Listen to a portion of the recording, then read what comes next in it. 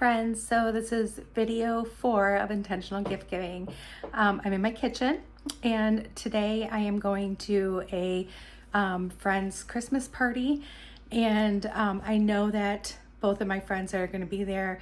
One loves being in the kitchen, one is in a hurry in the kitchen. So I found a perfect gift to give them both. We're doing other gift exchanges too, but this is just a little personal something from me, and I think it'll mean a lot to both of them. We're going to do a cookie mix in a jar. So super simple. This is something great that you can whip up real quick if you're going to like one of those like spontaneous, oh, we've been invited to our Christmas party. They want us to bring a gift to like pass around. You can do these really fast, usually with the items that you already have in your kitchen. So it's fantastic, right? So I'm going to turn you guys around. I'm going to show you some stuff on my table. Please don't mind the mess. It's a mess. There's a lot of stuff on my table right now, and I will show you what we have going on. Okay, we have all of our dry ingredients. We have our flour, our brown sugar, our regular sugar, our baking powder and baking soda down there at the bottom, our salt, and some chocolate chips. I have 2 1-quart size jars, and these are cleaned and washed. They were purchased at the Dollar Tree. They were $1.25 a piece. I have a couple measuring cups here, pretty much what I'm going to need. I have some measuring spoons. My measuring spoons have seen their better days, but I know this is a half a teaspoon and this is a teaspoon.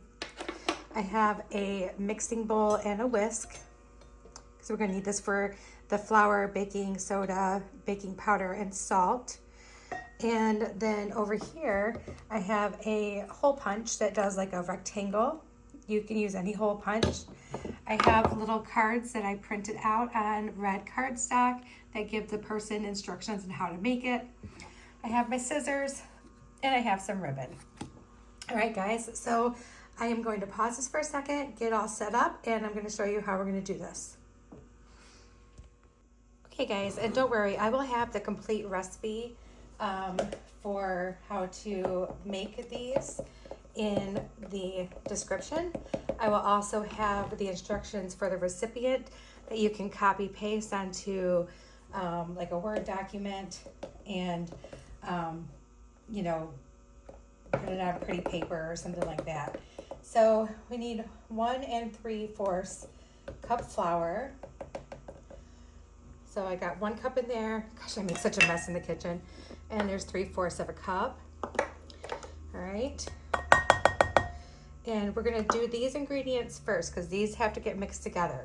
So we got our flour, and this is for each one, okay? So we're doing one at a time just so that the ingredients get mixed properly. So then we need our salt, which we need 1/4 teaspoon. So that's gonna be half of this little guy here. I'm sure I have 1/4 teaspoon somewhere, but anyway. And then we need baking soda and baking powder, 1 teaspoon of each. So I have my baking powder. There's 1. And then, whoops. Oh my gosh, do I ever have a mess over here. I am like the messiest kitchen person ever. So, but that's okay. We're gonna make a mess. We're gonna make one of these together. I'm going to show you how it comes out, and then I will make the other one on my own. So there's our ingredients that need to be mixed together. So all we have left now for ingredients are the 2 sugars and our chocolate chips. All right, so we're going to give this a really good whisk. We want to make sure all of that stuff's combined. Really good whisk.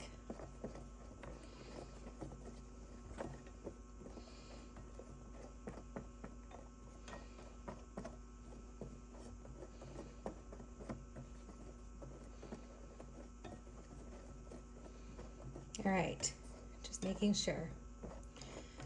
We don't want any weird spots, okay? I mean, they're gonna mix it too when they get their wet ingredients in it, but we just don't want it to be, you know, like that. All right, so then next we're just gonna move this bowl aside, and we're gonna get our jar. It's easier if you use the wide mouth jar. I did not use a wide mouth jar, but I should have. All right, ooh, sealed. Okay, so next we have some different things. So the first thing I want to put on is the brown sugar. And I want that on the bottom. And you can use dark brown, light brown. I just always keep light brown sugar in my house. So we need 3/4 of a cup.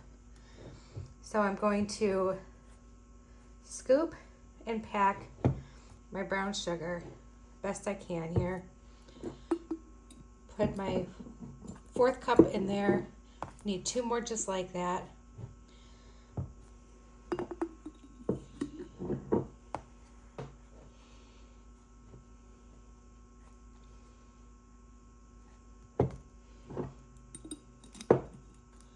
Oop, there we go. I'm just gonna give it kind of like a little shake around. You know what, let me grab a spatula real quick because I want to kind of like push it down a little bit. Okay, so then I'm just going to take this and I'm just going to kind of, you know, just make it kind of powdery there, right? Then the next thing I'm going to put in there is my regular sugar, which I need a 1/2 cup of.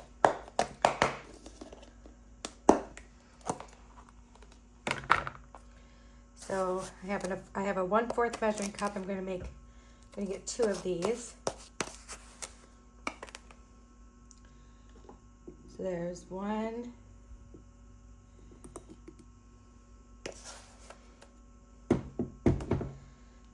And then I'm going to turn this a little bit. It's kind of like, do you remember going to like summer camp and doing sand art? It's kind of what you're doing here in a way. All right. So now we have that. That's in there. Put those 2 aside. Then we want to put our, we don't want to put the 2 white parts together. So we don't want the flour and the sugar right next to each other because we want it to look pretty, right? This calls for 1 cup of semi-sweet chocolate chips. And it also calls for like a 1/2 cup of pecans.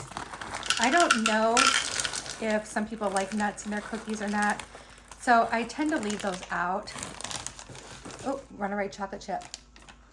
So what I'm going to do instead is I'm going to, whoop, anything that hits the table goes in my mouth. We're going to do 1 cup of chocolate chips and then a smidge more. So probably about like another 1/3 cup, okay? Just making it extra chocolatey. Now we need to get the rest of our flour in here. We need to get all of our flour mixture in here. So let's grab our bowl. I'm gonna grab my smaller measuring cup and we're just gonna scoop our flour mixture right on top there.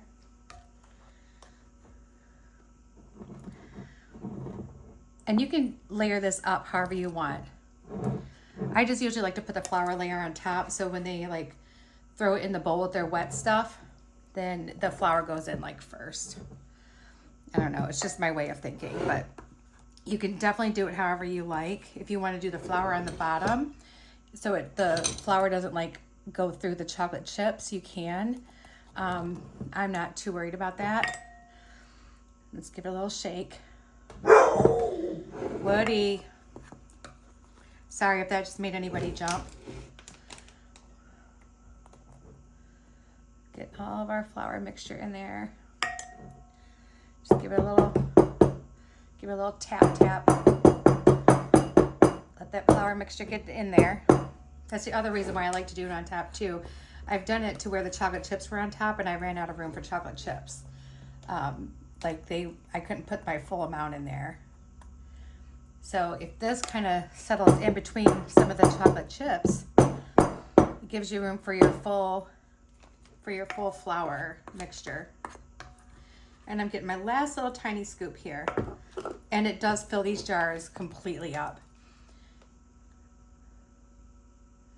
All right, we're going to give it just another little couple taps here. Okay, now we have our jar done. Let me go ahead and put the lid on. We're just going to do that. I'm gonna put the lid on, and then I'm gonna bring you around to the other side here so I can show you how to attach the ribbon and the recipe. Okay, I got you guys moved over to the clean-ish side of the table. So I'm going to take one of my little recipe cards, and you can, you know, I wish I had a pair of pinking shears, because it would have been really cute for me to do like a little design, but I'm not that creative. So I'm just gonna cut one of these out.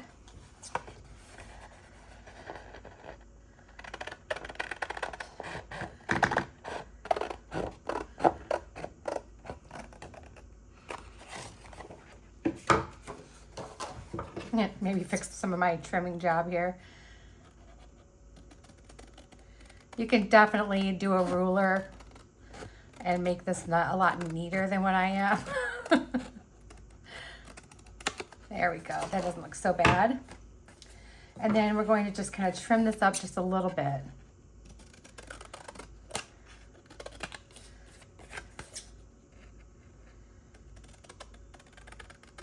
But I'm leaving a little bit of a margin on top here.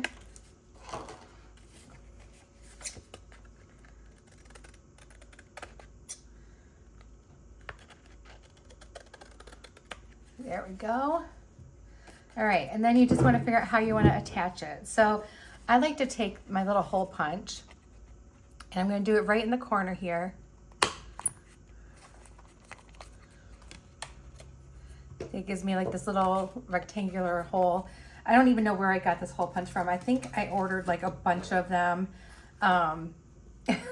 Like, and this was like the only one left. And I think I ordered them like years ago when my kids were still in like school, you know. All right, so I'm just measuring with my heart how much ribbon I want to use. And I'm gonna cut that off.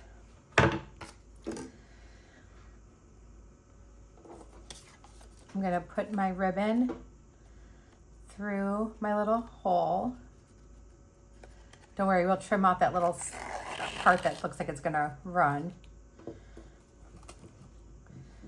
gonna bring that up to the neck. Doesn't have to be a super tight tie. And we're just gonna tie a cute little bow. And it's a very simple but appreciated gift. So let me tell you why it's good for the people who like to be in the kitchen. One, because they're gonna be in the kitchen anyway. And let me tell you why it's good for people who don't wanna be in the kitchen. All they need to do is add their wet ingredients, mix, bake, they're done. So they can even give it to like the kids in their house to make, you know, as long as they're good with, you know, using the stove or whatever, you know. But here it is.